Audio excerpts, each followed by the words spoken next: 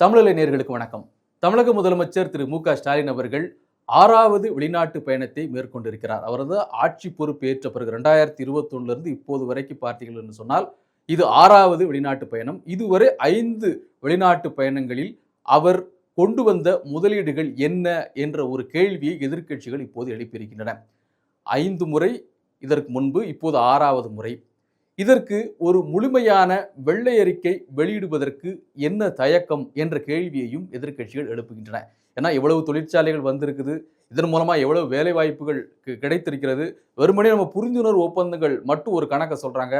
அமைச்சர்கள் செய்தியாளர் சந்திக்கும் போது சில கணக்குகளை சொல்றாங்களே தவிர ஒரு வெளிப்படையான ஒரு அறிக்கை, அதாவது அவங்க சொல்றது ஒரு வெள்ளை அறிக்கை, அதை வெளியிடுவதில் என்ன தயக்கம் என்ற கேள்வியை அவர்கள் எழுப்பியிருக்கிறார்கள். இந்த கேள்வி ஒரு நியாயமான கேள்வியும் கூட. இதற்கு விடை கிடைப்பதற்காக இதற்கு முன்பு மேற்கொள்ளப்பட்ட பயணங்கள், அங்கு எடுக்கப்பட்ட முடிவுகள் குறித்து விரிவாக பார்ப்பதற்காக ஒரு செய்தி தொகுப்பு இதோ உங்களுக்காக.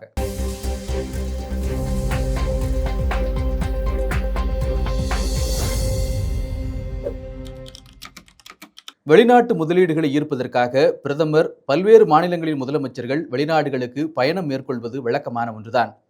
அப்போது மேற்கொள்ளப்படும் புரிந்துணர்வு ஒப்பந்தங்கள் மூலம் முதலீடுகள் ஈர்க்கப்பட்டு புதிய தொழிற்சாலைகள் தொடங்கப்பட்டு பல ஆயிரம் பேருக்கு வேலை வாய்ப்பு கிடைக்கும். இதில் மாற்று கருத்து ஏதுமில்லை. அந்த வகையில் தமிழக முதல்வர் ஸ்டாலினும் முதலீடுகளை ஈர்ப்பதற்காக தற்போது ஜெர்மனியில் சுற்றுப்பயணம் மேற்கொண்டுள்ளார். அவர் ஆட்சிக்கு வந்த 4.5 ஆண்டுகளில் மேற்கொள்ளும் 6வது வெளிநாட்டு சுற்றுப்பயணம் இது. அப்படியெனில் ஆண்டுக்கு ஒரு முறை முதலீடுகளை ஈர்க்க வெளிநாடுகளுக்கு சென்றிருக்கிறார்.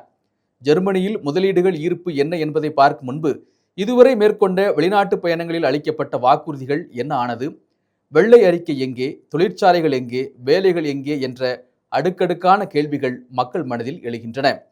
ஒரு முதலமைச்சர் கடந்த கால பயணங்களின் மூலம் எடுக்கப்பட்ட முடிவுகள், அதனால் தமிழகம் பெற்ற பயன்களை என்ன என்பதை வெளிப்படுத்தாமல் ஒவ்வொரு ஆண்டும் உலகம் முழுவதும் பயணம் செய்ய வேண்டுமா என்ற கேள்வியும் எதிர்க்கட்சிகளால் முன்வைக்கப்படுகிறது. முதல்வர் Stalin Dubai, Singapore, Japan, Spain மற்றும் அமெரிக்க நாடுகளுக்கு முதலீட்டு பணிகளுக்காக சென்று வந்திருக்கிறார். ஒவ்வொரு முறையும் தமிழக அரசு ஆயிரக்கணக்கான கோடி மதிப்புள்ள புரிந்துணர்வு ஒப்பந்தங்களை கோரியுள்ளது. ஆனால் பொதுமக்களுக்கு இதை விளக்கும் விரிவான வெள்ளை அறிக்கை ஒரு முறை கூட வெளியிடப்படவில்லை. எந்த திட்டங்கள் நிறைவேறி இருக்கின்றன, எத்தனை ஆயிரம் வேலை வாய்ப்புகள் உருவாக்கப்பட்டுள்ளன, இதுவரை ஏற்பட்ட முன்னேற்றம் என்ன என்பது போன்ற எந்த விவரமும் இதுவரை ஆதாரங்களுடன் வெளியிடப்படவில்லை. முதல்வர் ஸ்டாலினை போல் இல்லாமல் உத்தரப்பிரதேச முதல்வர் யோகி ஆதித்யநாத் வெளிநாடு செல்லாமலேயே இதுவரை 12 லட்சம் கோடி முதலீடுகளை ஈர்த்திருக்கிறார்.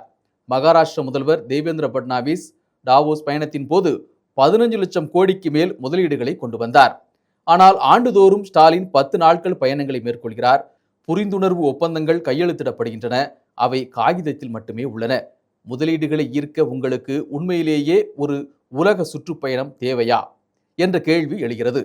ஜெர்மனியில் இப்போது மேற்கொண்டுள்ள பயணத்தில் கேம்பிரிட்ஜ், ஆக்ஸ்போர்ட் பல்கலைக்கழக நிகழ்ச்சிகளும் அடங்கும்.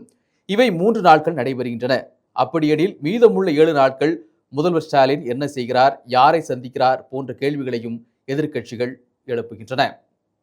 உதாரணமாக, ஜெர்மனியைச் சேர்ந்த ஒரு நிறுவனம் சென்னை அருகே ஏற்கனவே செயல்பட்டு வரும் நிலையில் அதற்கான விரிவாக்க பணிகளுக்கு ஜெர்மனி பயணத்தின் போது ஒப்பந்தம் போடப்பட்டிருப்பதாக எதிர்க்கட்சிகள் குற்றம் சாட்டியுள்ளன.